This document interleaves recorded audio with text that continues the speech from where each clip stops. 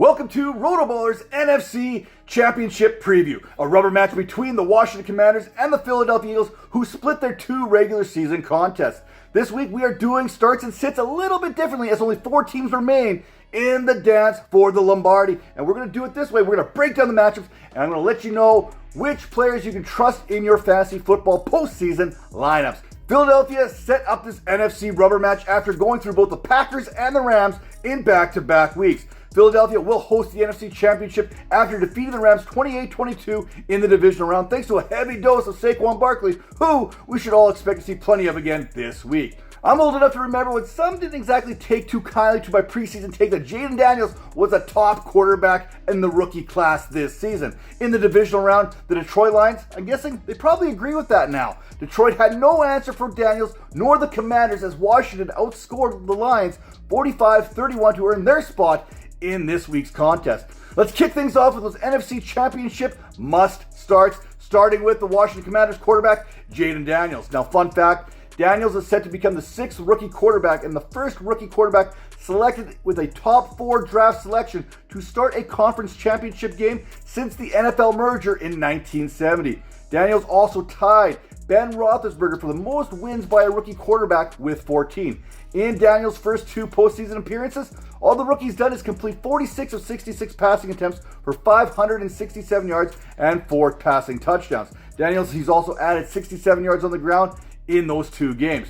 Jalen Carter, Nolan Smith, they accounted for 10 pressures, 5 hurries, 3 sacks, 2 tackles for loss, a pair of forced fumbles, and a partridge in a pear tree last Sunday. That was against Matthew Stafford. This week, though, the Eagles, they may want to try to keep Daniels inside the pocket rather than let him get outside of that. Now, while the Eagles, they have only allowed 14.47 fantasy points per game to the position this season, Matthew Stafford did just throw for 324 yards and a pair of touchdowns in the snow last week. The last time that Daniels faced this Eagles team, he threw 5 touchdown passes, he threw for 258 yards and ran for 81 yards, producing 36.4 fantasy points. Daniels, next level. Now, speaking of next level players, how about Saquon Barkley? After Barkley's 205 rushing yards against the Rams in the divisional round, he now has ran for more than 150 yards in 6 games this season. Only Earl Campbell and Adrian Peterson have accomplished that feat more times in a single season, 7 times by the way,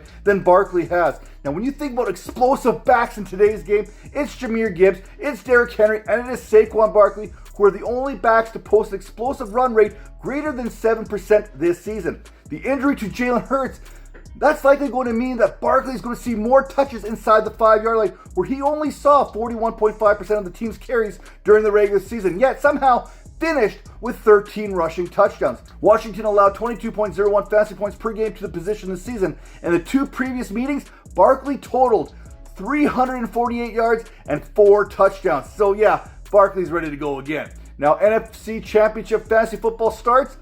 Terry McLaurin of the Commanders here again.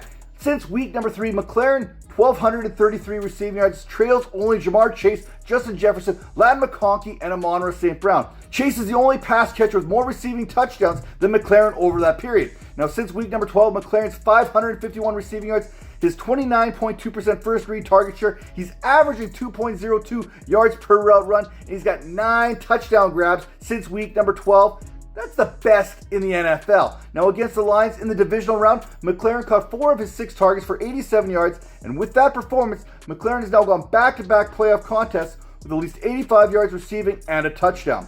Now, keep an eye on the injury report this week, as Eagles stud corner Quinyon Mitchell exited the divisional round in the first quarter due to injury. While McLaurin managed to catch 5 passes for 60 yards and a score in their last meeting, the potential absence of Mitchell is a huge advantage for this Commanders passing attack. Now, speaking of passing attacks, let's talk about the Eagles' passing attack, and let's talk about Jalen Hurts here as another start.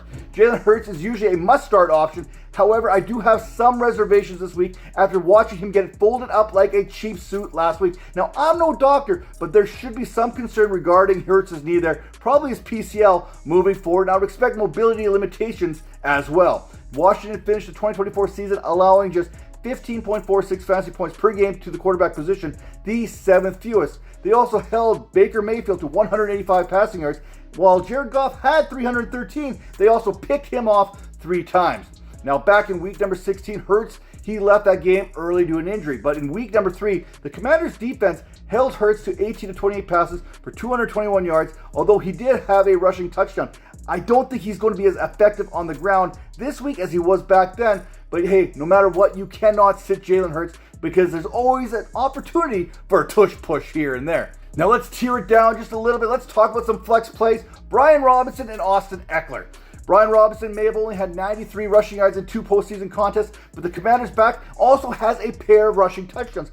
We just saw this Commanders' offense drop 45 points against the Detroit Lions, which should have fantasy managers salivating at Robinson's 75% carry share inside that 5-yard line. If the Commanders can get it close to the goal line, you better believe that Robinson is going to get an opportunity to punch it in, much like he did the last time that he visited Philadelphia. If you've already used Robinson in one-and-done contests, then Austin Ekeler offers fantasy managers a little bit of flex appeal here, as Ekeler only has 74 yards on the ground this postseason, but 47.3% of them have come off explosive runs. In the divisional round, Ekeler provided fantasy managers with 8.1 fantasy points in the passing game alone after hauling in all 4 of his targets for 41 yards after catching 3 passes for 26 yards in the wild card round. And the last time that Ekeler suited up against the Eagles, he caught 8 of his 9 targets for 89 yards. Yeah, there's some potential there. There's also potential in A.J. Brown and Devonta Smith.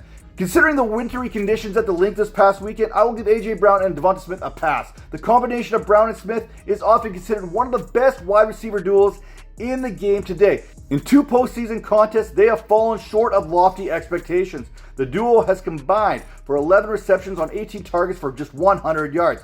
Brown has almost read as many books on the sidelines as he has receptions, as he's accounted for 3 of the duo's 11 catches thus far. Eventually, the cream always rises, and we have to remember that during the regular season, Brown accounted for 31.1% of the team's target share, second only to Malik Neighbors, while his 1,190 air yards accounted for 50% of the Eagles' air yard share. That is the most in the league. This season, against the Commanders, Brown is averaging 17.6 fantasy points. Against the Commanders this season, Smith averaged 40 receiving yards per game and 5 receptions per contest. Washington on the season, they're allowing 31.87 fantasy points per game. Keeping up with the numbers here, last week, Amon-Ra St. Brown caught 8 passes for 137 yards, so there are fantasy points to be had for receivers working out of the slot. And my last kind of start here of the week, it is Zach Ertz. After catching just a pair of passes for 23 yards against the Buccaneers 2 weeks ago, Ertz would finish with 13.8 fantasy points against the Lions after scoring a touchdown and adding 28 receiving yards on 5 receptions. In 2 regular season meetings here, Ertz was targeted 9 times, hauling in 6 of those targets for 59 yards and a touchdown. In the 2 regular season meetings, Ertz was targeted 9 times, hauling in 6 of those targets for 59 yards and a touchdown, with much of that production coming in that first meeting. Those numbers and the Eagles' 9.14 fantasy points allowed, the second fewest, may seem like a reason to fade Ertz this week. However, the duo of Tyler Higbee and Colby Parkinson just combined for over 27 fantasy points when the pair caught 9 passes for 63 yards and a pair of touchdowns. So hey, Zach Ertz, in today's tight end economy, he could be worth a buy. Now let's talk about some sits, and I'm going to sit Dyami Brown of the Washington Commanders.